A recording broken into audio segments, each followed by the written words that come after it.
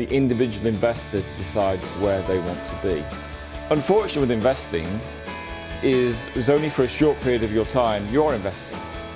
Through your early part of your life, the majority of people are desaving. They're in education, they're spending more money than they're earning. They then get a family and eventually they get the chance to save. And then they, spend that saving in their retirement years. So unfortunately, it's not a repeat proposition. It's not as though an investor can live a whole cycle and spend 30 years saving. They don't get that opportunity because only a short period of their life is saving.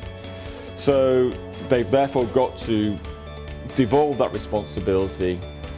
And if they're prepared to take risk, find a fund manager who's prepared to take risk. And if you're prepared to be more defensive, be more defensive. But the end investor, sadly, doesn't get a lifetime of experience. I get a lifetime of experience because I've been doing this job for 30 years and for many more years to come. So that's from an investor point of view.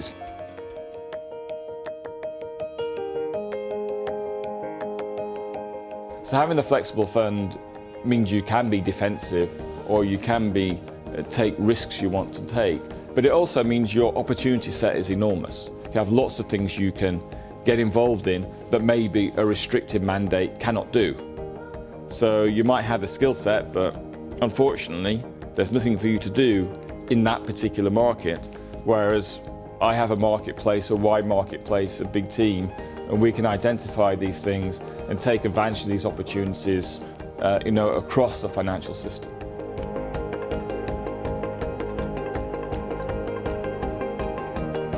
The Optimal Income Fund is looking for the optimal income stream. When we buy any asset, whether it be a bond, an equity or a property, so looking for the optimal income stream, trying to find the assets that are going to give you a good income for a good period of time, looking at the risks and reward that are embedded in that asset. Predominantly that'll be through bonds in the portfolio. The three things we can look at traditionally are government bonds, investment grade and high yield. So it's a very free-ranging fund, a fund that can go anywhere in terms of trying to get hold of these attractive income streams available in the bond markets.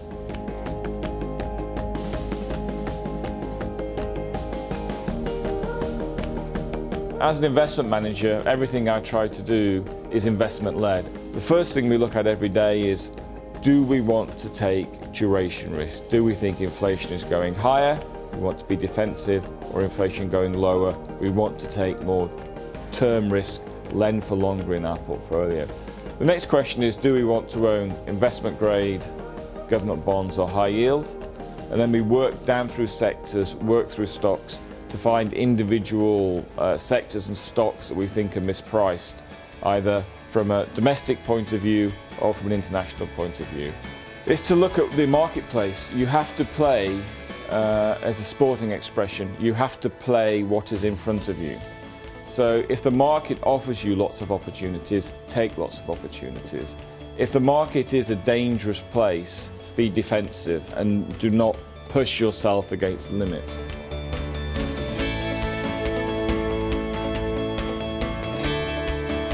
I think the global economy will be fine. Economies are like an oil tanker.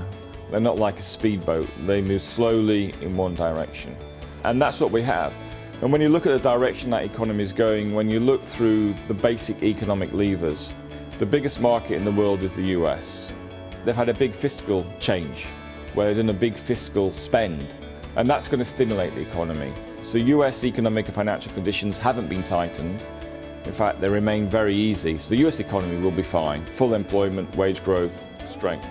Europe is still doing monetary policy easy. It's still cutting interest rates. It's still buying corporate bonds. It's still buying government bonds. So again, you've got a strong economy there. I don't see any headwinds. All I see is a good economic environment going forward.